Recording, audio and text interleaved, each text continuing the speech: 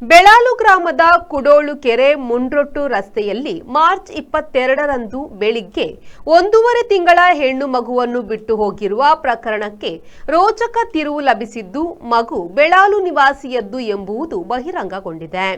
ಇದೀಗ ಧರ್ಮಸ್ಥಳ ಪೊಲೀಸರು ಮಗುವಿನ ತಂದೆಯನ್ನು ಪತ್ತೆ ಹಚ್ಚಿ ವಶಕ್ಕೆ ಪಡೆಯುವಲ್ಲಿ ಯಶಸ್ವಿಯಾಗಿದ್ದಾರೆ.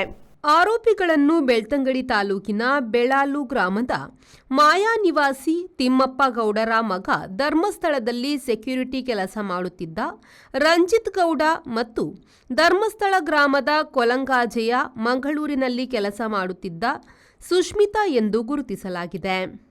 ಧರ್ಮಸ್ಥಳ ಪೊಲೀಸರು ಮಗುವಿನ ತಂದೆಯನ್ನು ವಶಕ್ಕೆ ಪಡೆದು ವಿಚಾರಣೆ ನಡೆಸುತ್ತಿದ್ದು, ಪುತ್ತೂರು ಆಶ್ರಮದಲ್ಲಿರುವ ಮಗುವನ್ನು ತಂದೆ ತಾಯಿಗೆ ಕಾನೂನು ಪ್ರಕ್ರಿಯೆ ಮುಗಿಸಿದ ಬಳಿಕ ಹಸ್ತಾಂತರಿಸಲಿದ್ದಾರೆ.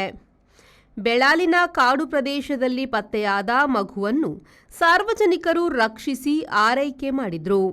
ನಂತರ ಧರ್ಮಸ್ಥಳ ಪೊಲೀಸರ ಸಮ್ಮುಖದಲ್ಲಿ ಮಹಿಳಾ ಮತ್ತು ಮಕ್ಕಳ ಕಲ್ಯಾಣ ಅಭಿವೃದ್ಧಿ ಇಲಾಖೆಯ ಅಧಿಕಾರಿಗಳು ವಶಕ್ಕೆ ಪಡೆದು ಪುತ್ತೂರು ಆಶ್ರಮಕ್ಕೆ ಹಸ್ತಾಂತರಿಸಿದ್ರು.